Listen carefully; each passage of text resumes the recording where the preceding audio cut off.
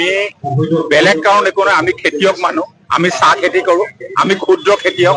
আমি আজি খেতি বাদ দি ৰাজপথলৈ ওলাই আহিবলগীয়া হৈছে। কিহৰ কাৰণে? আমাৰ চাহৰ যিটো উচিত মূল্য আমি পোৱা নাই।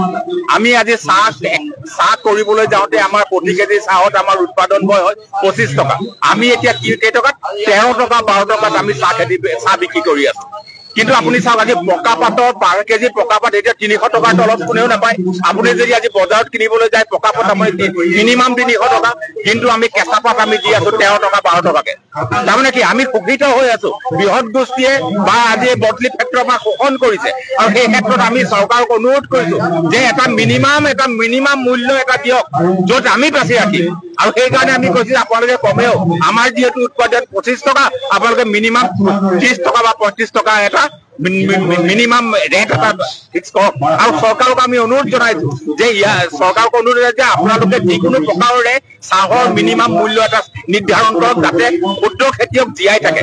আৰু ক্ষুদ্ৰ চাহ আমি চাওক, আজি গোটেই ভাৰতবৰ্ষত 53% ক্ষুদ্ৰ খেতিয়কে উৎপাদন কৰে। বৃহৎ গোষ্ঠীক আমি চাই পেলাই গলো। গতিকে আমিয়ে ভৱিষ্যত, ক্ষুদ্ৰ খেতি কৰি চাহৰ ভৱিষ্যত। আৰু এই চাহ গোষ্ঠীটো জীয়াই ৰাখিবলৈ হলে আমাৰ কাৰণে, আমাৰ ক্ষুদ্ৰসকলক জীয়াই ৰাখিবৰ কাৰণে চৰকাৰে এটা ব্যৱস্থা লবই লাগিব, মিনিমাম ৰেট এটা ফিক্স কৰিবই লাগিব। আৰু তেতিয়াহে ক্ষুদ্ৰ জীয়াই থাকিব আৰু চাহপাত উৎপাদন থাকে, নহলে এই বৃহৎ গোষ্ঠীটো চেজ হৈ যাব। সেয়ে আমি চৰকাৰক অনুৰোধ কৰিছো। আজি সেইকাৰণে আমি ৰাজপথলৈ ওলাই আহিছো যে এটা মিনিমাম মূল্য ঠিক কৰক। আৰু গোলাঘাট জিলা